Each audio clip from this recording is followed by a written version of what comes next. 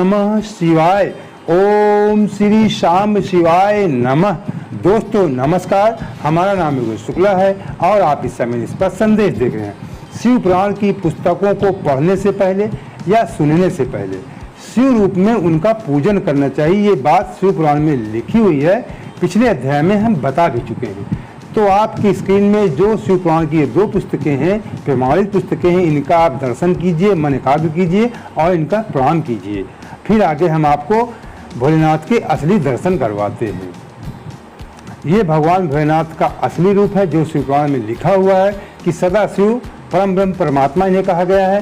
तो इनके 5 मुख हैं, 5 मुख के अलग अलग कार्य हैं, शिव पुराण में बताया गया। पिछले अध्याय आप देख लेना, हमने सब बताया शिव पुराण जो लिखा हुआ है। और प्रत्येक मुख में 5 मुख, प्रत्येक मुख में इनकी 3-3 आँखें, त्रिनेत्र हैं और तमाम जिनके आभूषण होते हैं उससे लदे हुए हैं।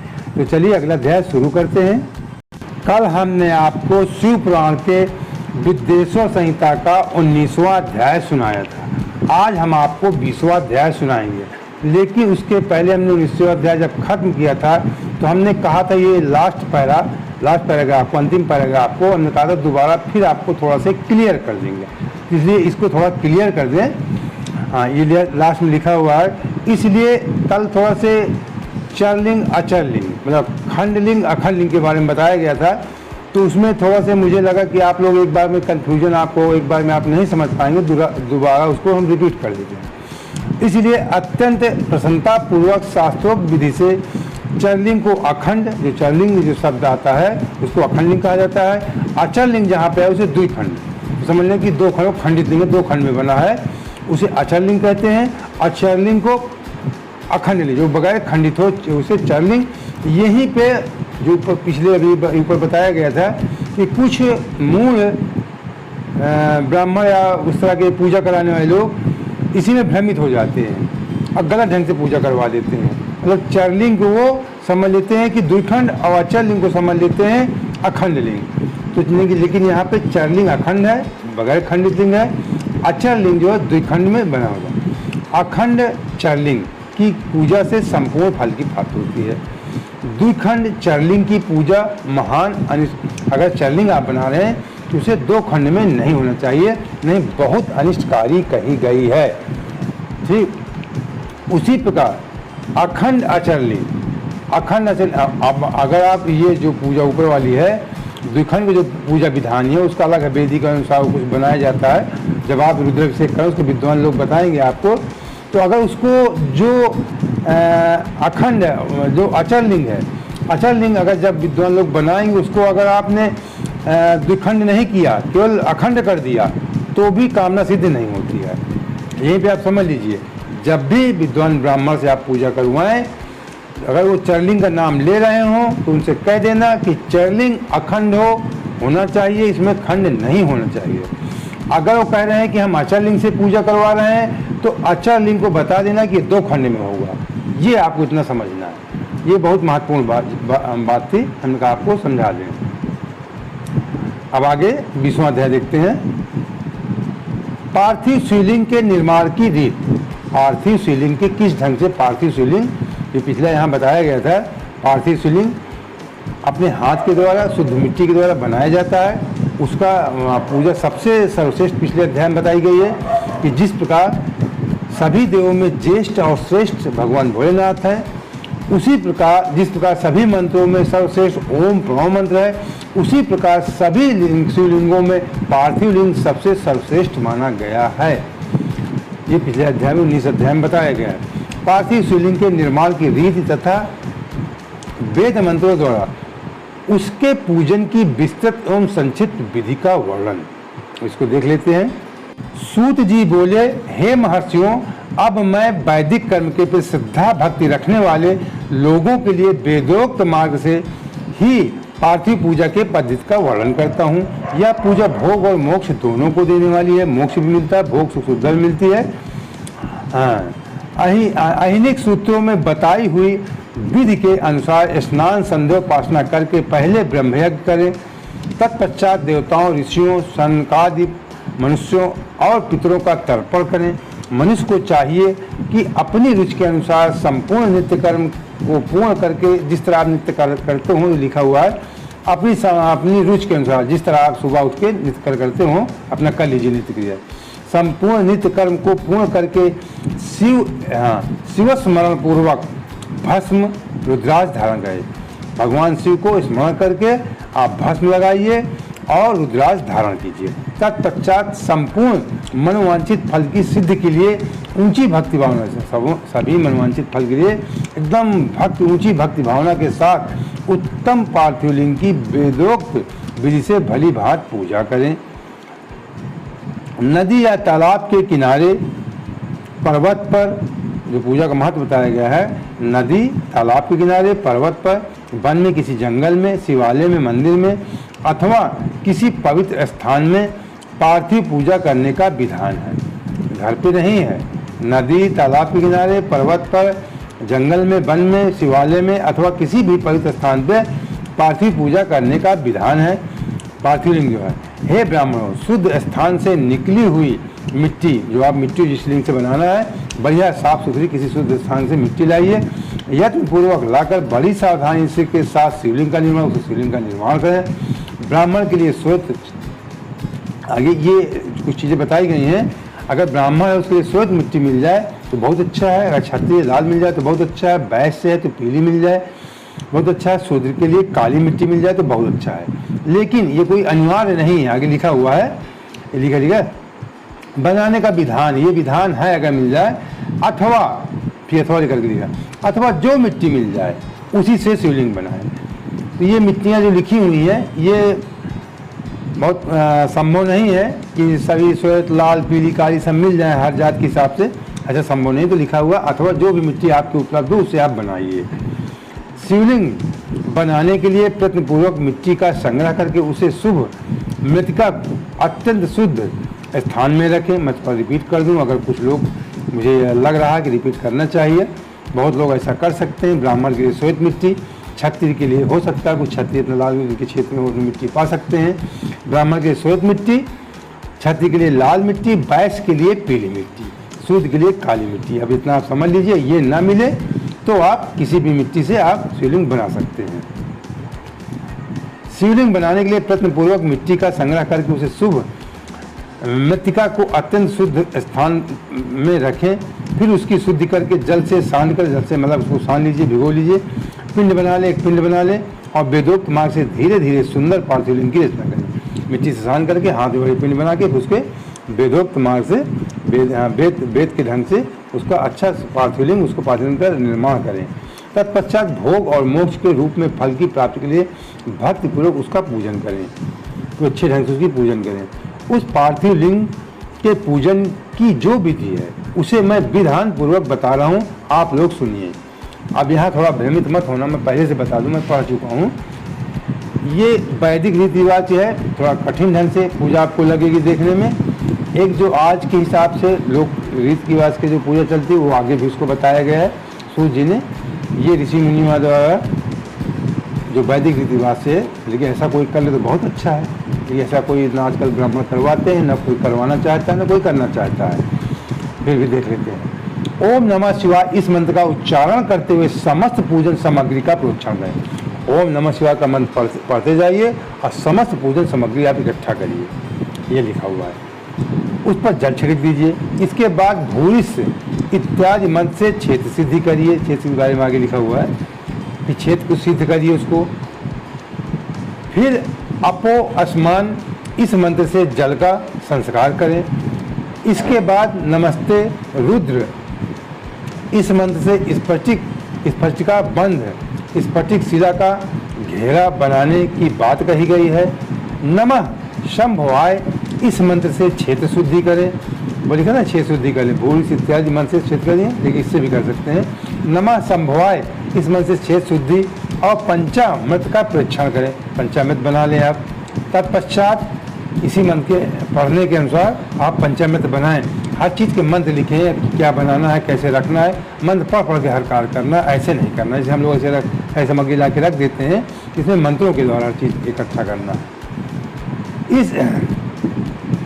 इस मंत्र से क्षेत्र शुद्धि पंचामृत के परीक्षण के तत्पश्चात शिव भक्त पुरुष नमः पूर्वक नीलगिरिवाय मंत्र से नमः पूर्वक नीलगिरिवाय नमः पूर्वक, मतलब पहले नमः नीलगिरिवाय लगा करके आप नमः पूर्वक नीलगिरिवाय मंत्र से शिवलिंग की उत्तम प्रतिष्ठा करें। मतलब नमः लगा करके इस मंत्र को नमः पूर्वक नमः नीलगिरिवाय मंत्र से शिवलिंग, नमः लगा के नीलगिरिवाय पढ़ें, मंत्र से शिवलिंग की उत्तम प्रतिष्ठा करें।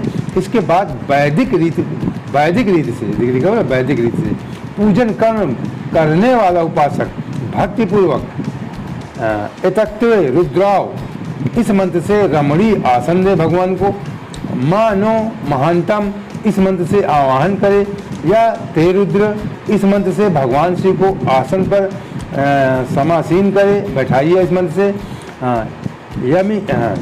यामिशुम इस मंत्र से शिव के अंगों को न्यास करें। अध्य ओचत इस मंत्र से प्रेम पूर्वक अधिवासन करें। असो या ताम्रो इस मंत्र से शिवलिंग में इष्ट देवता का शिव का न्यास करें। असो यो औ समर सरपति इस मंत्र से उपसर्पण देवता आगे देखते हैं, शिव पार्वती देवता के समीप गमन करें। इसके बाद नमो अस्तु नीलगिरिवाय इस मंत्र से इष्ट देव को पाद समर्पित करके रुद्र गायत्री से अर्घ दें। त्र्यंबकम मंत्र से आचमन कराएं। हर चीज़ मंत्र के द्वारा होता है। देखिए, सामान इकट्ठा करना, पूजा करना, ये वैदिक पूजा है। पया पृथिव्याम इस मंत्र से दुग्ध स्नान कराइए भगवान को। दहाधिकरणों इस मंत्र से दधी का स्नान, दही का जो आप कहते हैं दधी स्नान करवाइए। घृत पावा इस मंत्र से घी का स्नान, घृत स्नान लिखा हो घी कहते हैं, घी से स्नान कराएं। मधुवाता मधु यानी साध मधु वाता या मधु नक्तम मधु मंत्रो, इन तीनों ऋचाओं से, ये ऋचाएँ मंत्र नहीं है। मधुवाता मधु नक्तम मधु मान्नो, इन तीन ऋचाओं से मधु स्नान, शहद का स्नान कराइए। शर्करा स्नान कहा जाता है। चीनी से स्नान कराइए। इस दुग्ध आदि 5 वस्तुओं का पंचामृत कहते हैं। ये 5 ऋषियों से स्नान कराना है, इसी को पंचामृत भी कहते हैं। अथवा पाद्य समर्पण के लिए कहे गए नमो अस्तु नीलगिरिवाय इत्यादि मंत्र द्वारा पंचामृत से भी स्नान कराएं। तदंतर माँ नमस्तों के इस मंत्र से प्रेम पूर्वक भगवान शिव को कटिबंध कर धनी अर्पित करें। नमो घृष्णवे इस मंत्र का उच्चारण करके आराध्य देवता को उत्तरी धारण कराएं। याते हिति इत्यादि 4 ऋचाओं को पढ़कर वेदज्ञ भक्त प्रेम से विधि पूर्वक भगवान शिव के लिए कपड़ा वस्त्र एवं यज्ञोपवीत जनेऊ समर्पित करें। इसके बाद नमः श्वभ्य इत्यादि मंत्र को पढ़कर शुद्ध बुद्धि वाला भक्त पुरुष भगवान को प्रेम पूर्वक गंध सुगंधित चंदन, गंध को भी आप गंधवसेंट जो इसको कहते हैं आप, सुगंध धूप जो है सब जो गंध उसी में आ गया। सुगंधित चंदन, बढ़िया खुशबू वाला चंदन रोली चढ़ाएं। नमस्तच्छो इस मंत्र से अक्षत अर्पित करें, अक्षत में चावल अर्पित करें इस मंत्र के पढ़ करके। नमः पर्याय इस मंत्र से फूल चढ़ाएं, मंत्र पढ़कर फूल चढ़ाएं। नमः पर्याय इस मंत्र से बिल्वपत्र समर्पण करें, बेलपत्र चढ़ाना। तो इस मंत्र से नमः पर्याय इस मंत्र से बिल्वपत्र समर्पण। नमः कपर दिने चा इत्यादि मंत्र से विधि पूर्वक धूप दें, इस मंत्र से धूप दिखाएं, धूप दें। नमः आसवे इस ऋचा से शास्त्रोक्त विधि के अनुसार दीप प्रज्वलित की दीप दिखाइए। तत्पश्चात हाथ धोकर नमो ज्येष्ठाय इस मंत्र से उत्तम नैवेद्य अर्पित कर, इस मंत्र से भोग लगाइए। नैवेद्य का मतलब भोग लगाइए। फिर पूर्वोक्त त्र्यंबकम मंत्र से आचमन कराएं, त्र्यंबकम मंत्र से फिर आचमन करवाइए भगवान का, मतलब आचमन मतलब हाथ धुलवाइए। ऐसा कहा गया है। इमा रुद्रा इस ऋचा से फल समर्पण कीजिए, फिर से हाथ धुलवाने के बाद फिर फल चढ़ाया जाता है। हाँ, इस मंत्र से ऋचा से फिर फल ऋतु फल जो भी उपलब्ध हो फल चढ़ाना चाहिए। मतलब भोजन करवाई, धूप दीप नैवेद्य सारे पूजन करने के बाद, भोजन लगाने खाने के बाद फिर हाथ धुलाया जाता है। हाथ धुलाने के बाद फिर ऋतु फल चढ़ाया जाता है। यम रुद्राय इस ऋचा से फल समर्पण करें, फिर नमो प्रज्ञाय इस मन से भगवान शिव का अपना सब कुछ अर्पित कर, फिर आप इस मन से भगवान सब कुछ भगवान आपको समर्पण है बाबा, ये समर्पित कर तदंतर मानो महानतम तथा माँ नमस्तुके इन पूर्वोक्त दो मंत्रों द्वारा केवल अक्षतों से, फिर इन दो मंत्रों द्वारा केवल अक्षत चावल से मतलब से 11 रुद्रों का पूजन करें। फिर 11 रुद्र जो होते हैं भगवान के, उनका जो रुद्र है उनका पूजन करें केवल चावल के द्वारा। मानो हंत तथा माँ इस मंत्रों द्वारा केवल अक्षतों से, केवल चावल से 11 रुद्रों का पूजन करना है। फिर हिरण्य गर्भ इत्यादि मंत्र से 3 ऋचाओं के रूप में पठित दक्षिणा चढ़ाएं। फिर दक्षिणा चढ़ाएं, इस मंत्र को पढ़ करके दक्षिणा चढ़ाएं, वैसा उसमें जो भी आपकी दक्षिणा हो। देवस्य त्वा इस मंत्र से विद्वान पुरुष आराध्य देव का अभिषेक करें, अभिषेक कीजिए। फिर दीप के लिए अभिषेक के बाद है कि दीप के लिए बताए हुए नमः आश्रय इत्यादि मंत्र से भगवान शिव की निराजना मतलब होता आरती। फिर भगवान शिव नमः आश्रय इत्यादि मंत्र से भगवान शिव की आरती करें। तत्पश्चात इमा रुद्राय इत्यादि 3 ऋचाओं से भक्तिपूर्वक रुद्रदेव को पुष्पांजलि अर्पित करें। फिर पुष्पांजलि अर्पित करें। मानो महानतम इस मंत्र से विज्ञ उपासक पूजनीय देवता की परिक्रमा करें। ये मानो महानतम इस मंत्र से विज्ञ जो उपासक पूजा करें उसकी देवता मतलब भोलेनाथ की परिक्रमा कीजिए। फिर उत्तम बुद्धि वाला उपासक माँ नस्तों के इस मंत्र से भगवान को साष्टांग प्रणाम करें। फिर साष्टांग लेट कर प्रणाम कीजिए। ऐसे इस मंत्र से शिव मुद्रा का प्रदर्शन करें। शिव मुद्रा का जो भगवान मुद्रा उसको प्रदर्शन करें। यथा इस मंत्र से अभय नामक मुद्रा का, त्र्यंबकम मंत्र से ज्ञान नामक मुद्रा का प्रदर्शन करें। उस तरह से आप अपना जो आप एक्टिंग करेंगे, आप बात समझ रहे हैं, एक्टिंग मुद्रा मतलब भाव प्रदर्शित करना है आपको।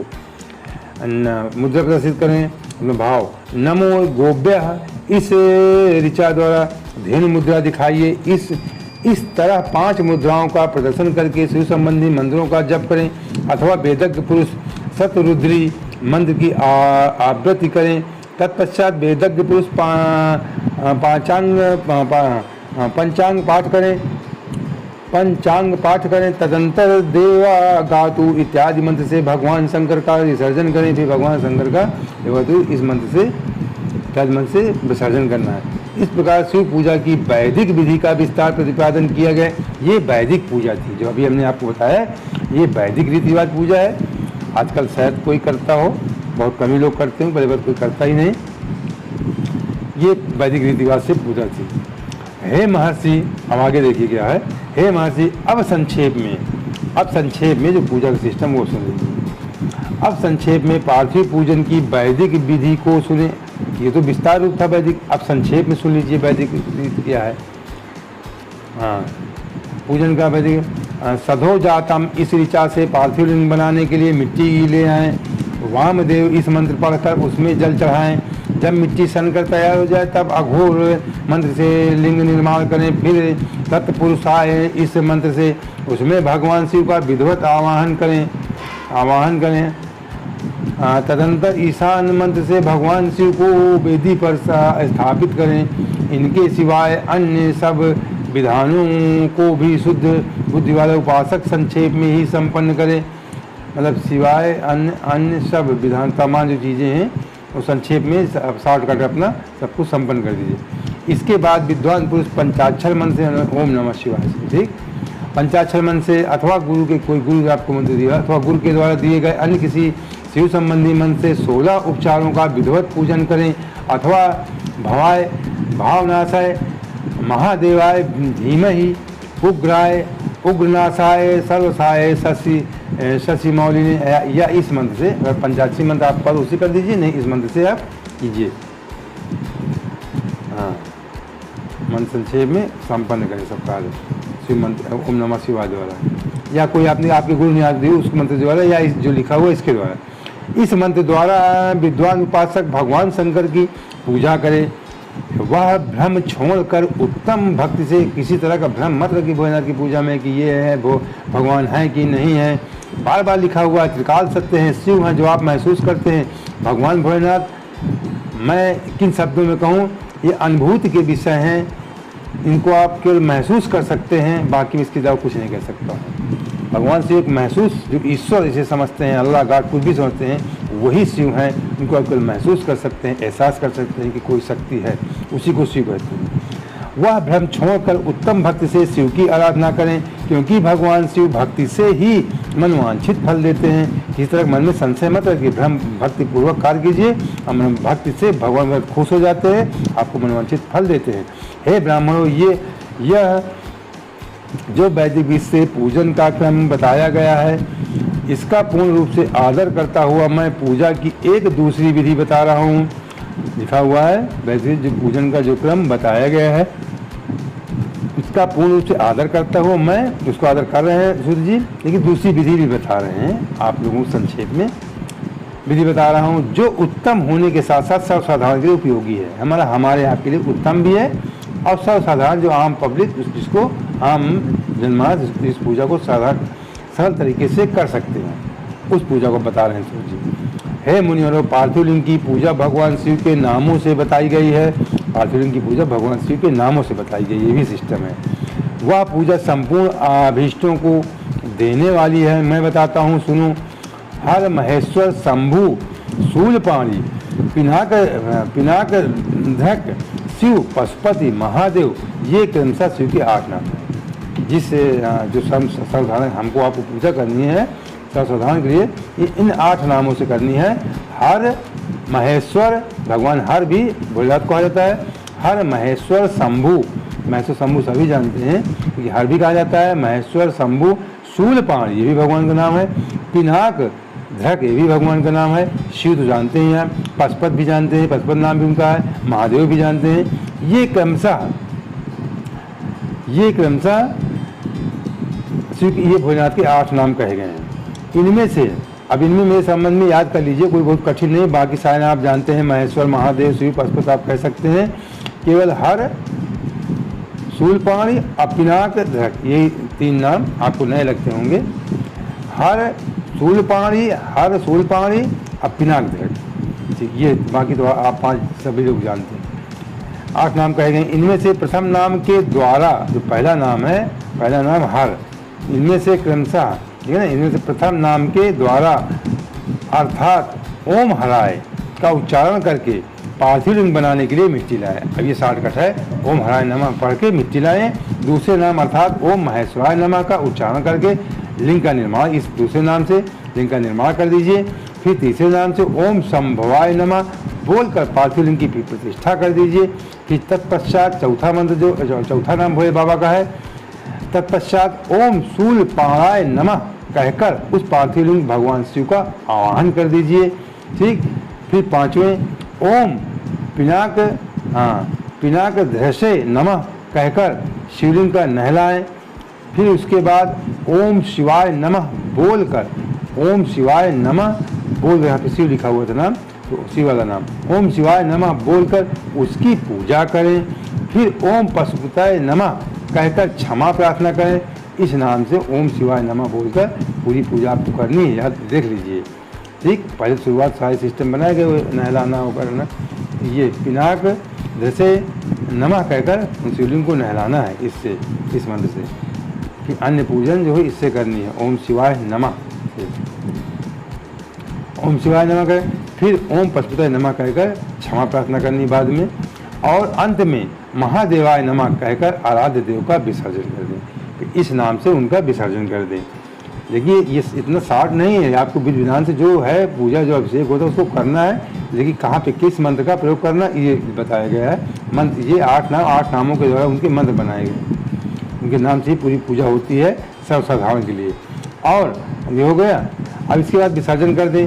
इस प्रकार प्रत्येक नाम के आदि में ओम, मतलब ये प्रत्येक नाम के आदि ओम जो लिखा है प्रथम मंत्र है नाम, ओम का ओमकार नहीं का, और अंत में चतुर्थी विभक्ति के साथ नमः, लास्ट में सब में देखो ओम लगा हुआ है और लास्ट में नमः लगा हुआ है। ये लगाना है प्रत्येक नाम के साथ। भगवान भोलेनाथ के जो 8 नाम है, 8 नामों के साथ शुरू में ओम, लास्ट में नमः लगा के पूजा करनी है।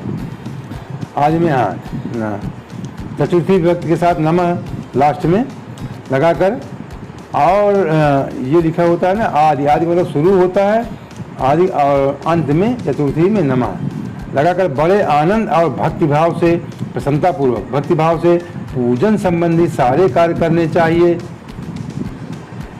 तो मैं आपको बता दूं थोड़ा, ये 20वां अध्याय था। 20वां अध्याय थोड़ा कुछ बहुत बड़ा नहीं, थोड़ा बड़ा है, लेकिन मुझे लगा कि यहीं पे से जितना माताएं बहनें समझ सकें, जितना ज़्यादा हम पढ़ देते हैं, ज़्यादा समय आप कर लेते हैं, तो आपको भी थोड़ा बोरियत महसूस होती है, तमाम कार्य भी आपके रहते हैं। इसलिए हमने 20वां अध्याय को यहीं तक आपको सुनाया।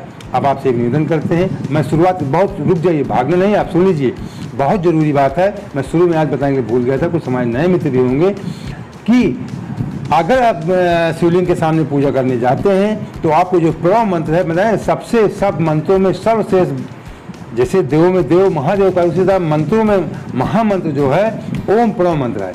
शिवलिंग निराकार परमात्मा है, शिवलिंग के सामने ओम नमः शिवाय के ओम मंत्र से जाप करना, ओम मंत्र से पूजा करनी है। जब भगवान भोलेनाथ की कहीं प्रतिमा लगी हो, मूर्ति लगी हो या फोटो लगी हो, उसके सामने ओम नमः शिवाय का जाप किया जाता है। अब अंत में आपसे निवेदन करता हूं कि अगर पहली बार जुड़े हैं, चैनल के सामने जो सब्सक्राइब लिखा है उस सब्सक्राइब को सब्सक्राइब कर दीजिए। माताएं बहनें, मैं थोड़ा सरल भाषा में समझ, उसको आप छू लीजिए। छूने के बाद 3 तरह के निशान आएंगे, फिर सबसे ऊपर निशान छू लीजिए, इसमें आल लिखा हुआ है, जिससे अगला वीडियो हम डालें उसकी सूचना भी आपको प्राप्त हो जाएगी। बार बार हर ध्यान सूर्य जी कहते हैं कि इसको पढ़ना सुनना चाहिए और दूसरों को सुनाना भी चाहिए, कई बार बताया गया पिछले, इससे आपको दुगना फल प्राप्त होगा। इसलिए अपने कल्याण के लिए, अपने नाते रिश्तेदारों के कल्याण, दोस्तों के कल्याण के लिए इस वीडियो को शेयर जरूर कर दिया करें। ओम नमः शिवाय, ओम श्री शाम शिवाय नमः।